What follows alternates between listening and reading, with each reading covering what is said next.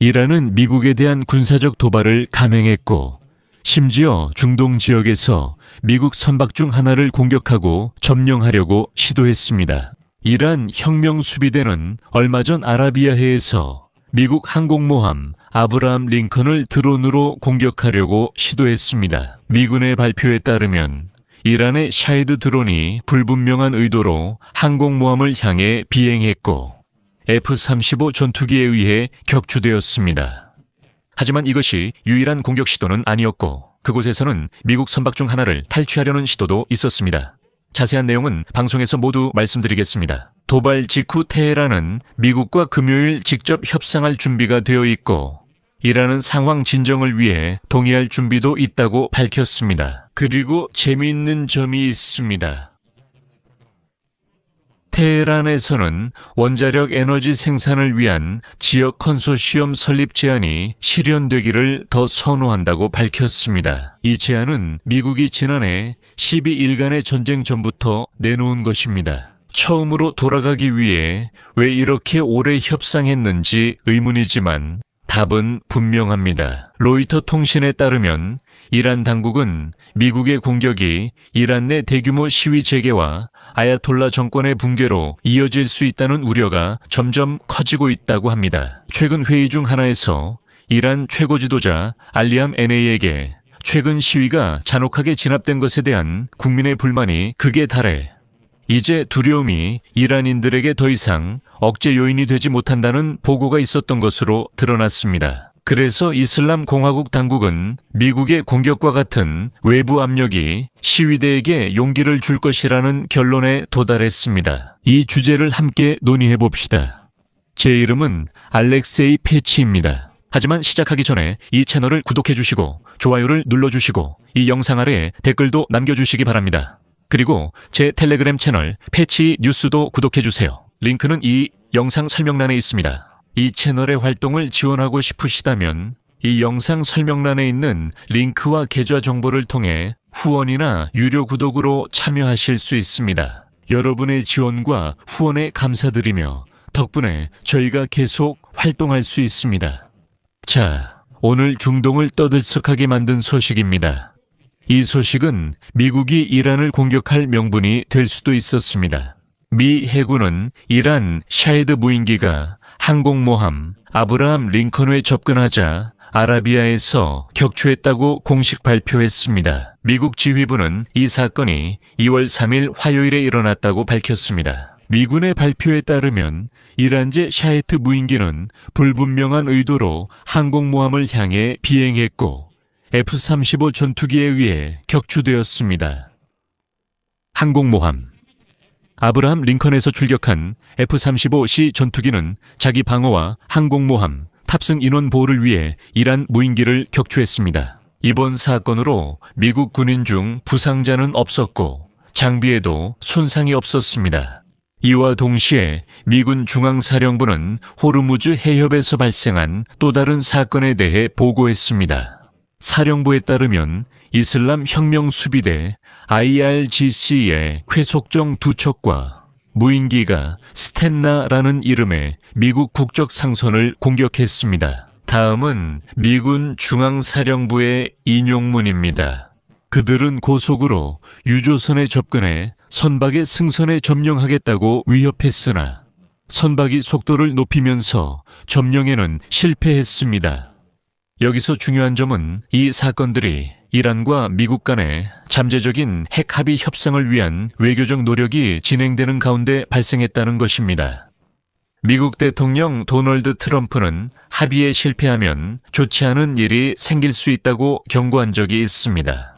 즉, 이란을 겨냥하거나 해안으로 향하는 공격을 의미합니다. 항공모함 전단 아브라함 링컨은 미국이 중동에서 군사적 존재감을 강화하는 데 핵심적인 요소입니다. 그리고 이 군사력 증강은 지난달 이란에서 발생한 반정부 시위가 잔혹하게 진압된 이후에 이루어진 것임을 상기시켜 드립니다. 이 시위는 1979년 혁명 이후 가장 치명적인 내란이었습니다. 상기시켜 드리자면 이란에서 지난해 12월 말 심각한 경제 상황으로 인해 시작된 대규모 시위로 공식적으로 3,117명이 목숨을 잃었습니다. 이는 공식 집계입니다. 한편 타임지 타임은 이란 보건부 소식통을 인용해 사망자가 3만 명이 넘는다고 보도했습니다. 도널드 트럼프는 시위 진압 시 이란에 전례 없는 공격을 경고하며 미 해군 군함을 이슬람 공화국 해안에 파견했습니다. 이미 중동의 추가 방공 시스템, 예를 들어 차트, CAAT를 배치했습니다. 이란 최고 지도자 알리 하메네이는 전쟁이 나면 지역 전체로 확산될 것이라 경고했지만 이후 이란에서는 이런 대담한 발언이 나오지 않았습니다. 이란은 자신의 핵 프로그램과 관련해 미국과 합의를 이룰 수도 있고 도널드 트럼프의 위협이 군사 충돌로 번지는 것을 허용할 수도 있습니다. 백악관 협상가들과 테헤란 대표들은 매우 드물게 직접 만남을 가질 예정이며 마침내 긴장 완화에 대해 논의할 계획입니다. 이 사실은 이란과 중동 지역 국가의 여러 관리들이 뉴욕타임스에 밝혔습니다. 두 소식통에 따르면 이란은 상황을 진정시키기 위해 자국의 핵 프로그램을 폐쇄하거나 중단하는 데 동의할 준비가 되어 있다고 합니다. 하지만 이란은 원자력 에너지 생산을 위한 지역 컨소시엄 설립 제안이 실현되는 것을 더 선호한다고 합니다. 이 제안은 미국이 지난해 6월 전쟁 전 이미 내놓았던 것입니다. 그렇다면 지금까지 이 모든 과정이 왜 필요했을까요? 만약 이란이 1년 전에 언급됐던 내용으로 돌아간다면 1년 전 미국인들은 우리가 당신들의 원자력 생산을 지역 컨소시엄에 관리해 두자고 말했었습니다. 컨소시엄은 다른 나라들도 관리에 참여하도록 허용하며 이는 다른 나라들이 컨소시엄에 합류하는 것을 뜻합니다. 거기에는 사우디아라비아, 카타르, 오만, 그리고 또 다른 나라, 물론 미국도 포함되어 있습니다. 이 모든 나라들이 이란의 원자력 에너지 생산을 관리하게 되고 그러면 모든 것이 통제되고 투명하며 이란이 핵폭탄을 만들 생각이 없다는 것이 확인됩니다. 그때 이란은 절대 안 된다고 누구도 허용하지 않겠다고 했습니다. 그런데 이제 다시 이 문제로 돌아갈 수 있지 않을까요? 또한 이란 국가안보회의 서기 알리 라리자니는 최근 며칠 동안 러시아의 독재자 블라디미르 푸틴과 만났습니다. 그는 아야톨라 알리 하메네이의 메시지를 푸틴에게 전달하며 이란이 농축 우라늄을 러시아로 보낼 수 있음을 알렸습니다. 이 방안은 2015년 국제협정에서 논의됐으며 트럼프가 이후 탈퇴한 협정입니다. 또 다른 방안은 알리 샤만이 최고국가안보위원회 정치고문이 언급했습니다. 이란은 자국의 농축 우라늄 비축분을 국외로 반출할 의사가 없지만 우라늄 농축도를 60%에서 20%로 낮출 수는 있습니다. 하지만 특정 조건에서는 인용하자면 이란에 보관 중인 물질을 반출할 이유가 없다고 말합니다. 미국이 60% 농축을 우려한다면 농축도를 20%로 낮출 수 있지만 그들이 먼저 제안해야 합니다. 여기서 정말 이렇게 말하고 싶네요. 아, 너희들 정말 큰일 날 거야. 정말 큰일 날 거야. 뉴욕 타임스에 따르면 금요일 협상은 트럼프 중동 특사 스티븐 비트코프와 대통령 사위 자레드 쿠슈너가 진행할 예정입니다. 그리고 아바스 아락치는 이란 외교부 장관입니다. 이 회의에는 터키, 카타르, 이집트 고위급 대표와 다른 여러 나라 관료들도 참석할 예정입니다. 그리고 참고로 최근 몇 주 동안 터키, 이집트, 오만, 이라크의 외교관들이 양국과 협상을 벌였습니다. 그런데 왜 이란이 갑자기 물러섰을까요? 이란 당국은 미국의 공격이 있을 경우 대규모 시위가 재개되고 정권이 붕괴될 수 있다는 우려가 점점 커지고 있습니다. 이란 관리 몇 명이 로이터 통신에 이렇게 전했습니다. 그들에 따르면 최근 회의 중 하나에서 최근 시위가 잔혹하게 진압된 것에 대한 대중의 불만이 극에 달해 이제 두려움이 이란인들에게 더 이상 억제 요인이 되지 못한다는 보고가 있었습니다. 이슬람 공화국 당국은 미국의 공격과 같은 외부 압력이 시위대에게 용기를 줄 것이라는 결론에 도달했습니다. 또 다른 소식통들은 과거 시위가 진압된 탓에 새로운 시위가 더 격렬해질 수 있다고 지적했습니다. 그들에 따르면 시위대는 더 이상 잃을 것이 없음을 알게 됩니다. 한편 현직 이란 관리 중 한 명은 만약 나라에서 봉기가 일어난다면 불행하게도 더 많은 폭력이 발생할 것이라고 경고했습니다. 그리고 그의 인용문입니다. 미국의 공격이 분노한 국민 시위와 결합되면 정권 붕괴로 이어질 수 있습니다. 이것이 최고위 관리들에게 가장 큰 문제이며 이것이 바로 우리의 적들이 원하는 것입니다.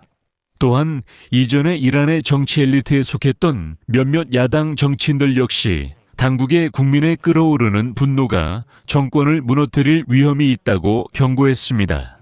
2011년부터 가택연금 상태에 있는 이란의 전 총리 미르 호세인 무사비는 이렇게 말했습니다. 인용문입니다. 뜨거운 피의 강이 차가운 1월을 가로질러 흐르더라도 역사의 흐름을 바꿀 때까지 끓어오르기를 멈추지 않을 것이다. 사람들은 이 체제를 원하지 않고 당신들 거짓말도 믿지 않습니다. 이제 그만. 게임은 끝났습니다. 그리고 이번 방송을 엑시오스의 인용문으로 마무리하고 싶습니다. 이 인용문은 이란, 더 정확히 말하면 아야톨라 정권이 이미 벼랑 끝에 서 있다는 점을 분명히 강조합니다. 인용문입니다. 이란은 미국과 협상 장소와 형식 변경을 요구했습니다. 이번 주 금요일 한편으로 이란군은 페르시아만에서 미국 선박을 상대로 2차례 도발을 감행했습니다. 이러한 사건들과 새로운 요구들은 미국 대통령 도널드 트럼프가 외교적 해법에서 군사적 선택으로 방향을 틀 위험을 높이고 있습니다. 그는 이미 페르시아만의 막대한 함대와 화력을 집결시킨 상태였습니다. 여기서 말을 줄이겠습니다. 여러분의 의견과 생각을 이 영상 아래 댓글로 남겨주시고 채널 구독과 알림 설정, 좋아요도 잊지 마세요. 이번 영상이 여러분께 흥미롭고 유익했다면 영상 설명에 있는 링크와 계좌 정보, 그리고 화면에 보이는 QR코드를 통해 이 유튜브 채널을 후원하실 수 있습니다. 오늘은 여기까지입니다. 건강하세요.